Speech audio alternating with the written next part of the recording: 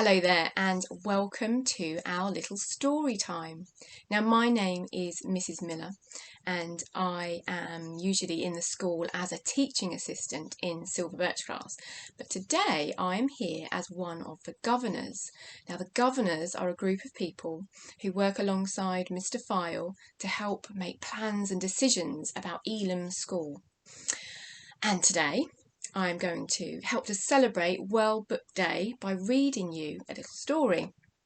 Now, I love stories and I love books, and my favourite kind of books are bedtime stories that I can read my children, and over the years we have read a lot of books and I love them because some are funny, some are sad, some are long, some are short, some make you laugh out loud.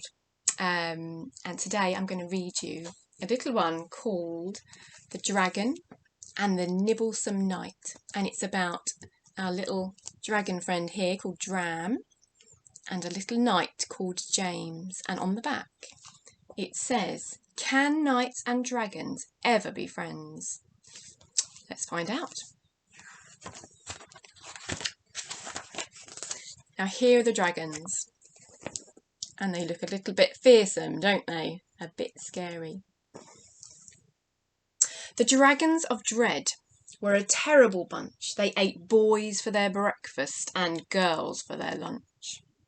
But their best thing of all, their favourite delights, were dribblesome, nibblesome, nobble-kneed knights. When the smallest of all of the dragons turned 4, his parents said, "Dram, you're a baby no more. This nest's getting cramped and you've never once flown. Now go bite a nibblesome knight of your own." So Dram stretched his wings and he started to flap, but the lightning went flash and the thunder went clap. It hailed and it galed and the winds looped and curled. And they whisked Dram away to the end of the world, where he thumped and he bumped and he went bounce, clatter, crash, and he fell in a lake with a fountainous splash. Now watching the skies by the edge of the shore was young James, who had not seen a dragon before. And he cried, "What was that? It's some rare kind of duck. Seems to be hurt. What to do? What bad luck?" He's quite worried about Dram, isn't he? So he took off his armour and said with a grin, "I'm coming to help you." And he waded right in. "A lad," muttered Dram. "Well, he might taste all right, though my mum said I must nab a nibblesome knight." And he stretched out a claw, then he suddenly stopped. His leg was all bent and his paw simply flopped. "Oh, ducky," cried James, "why, you poor injured thing, sit yourself down and I'll make you a sling." So James is helping Dram.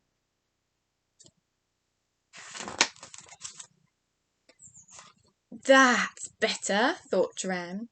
"Now I must find a bite of a dribblesome, nibblesome, nobble-kneed knight."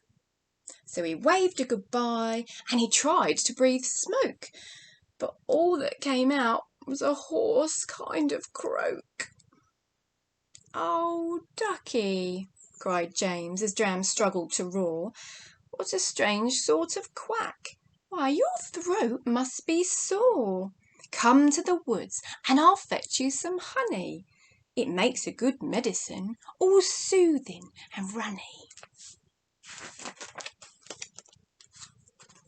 "That's better," thought Dram. "Now I must find a bite of a dribblesome, nibblesome, nobble-kneed knight." So he waved a goodbye and he started to fly. but his wings were too weak to take off in the sky. "Oh, ducky," cried James, "I'm so dreadfully rude. You must feel quite faint.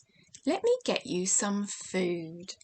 Come to the orchard, we'll soon fill our tums full of pears and pink peaches and big purple plums."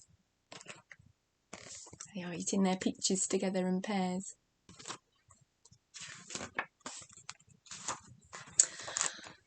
"Ah, that's better," yawned Dram. "Now I must find But he fell fast asleep in the moon-marbled night. In the morning, Dram woke and said, "Hey, I feel fine. Soon a bite of a nibblesome night will be mine." And he bellowed out billions of billowing flames, and he thought, "I'll say bye to that little lad, James." So he strode down the road, and he stomped through the field. And there was young James with a sword and a shield. "You're a knight!" shouted Dram. "You're not simply a lad." "You're a dragon!" yelled James. "You're all beastly and bad." "Yes," muttered Dram, "I suppose I should bite." "Oh," mumbled James, "then I guess I should fight. It must be all over. The finish. The end." Then they both said at once, "But I can't. You're my friend." "My friend," chortled James as he put down his sword. "My friend," shouted Dram, and he smiled as he roared. The knights all said, "Dragons, they're not simply just beasts." The dragons said, "Knights aren't so nice for our feasts." "Nibble at knights? Why, of course we do not, though every so often they sort of forgot." And here they are, accidentally forgetting not to nibble a knight. Oh. And I hope you enjoyed that little bedtime story. I love it because it rhymes and it's really nice to read out loud.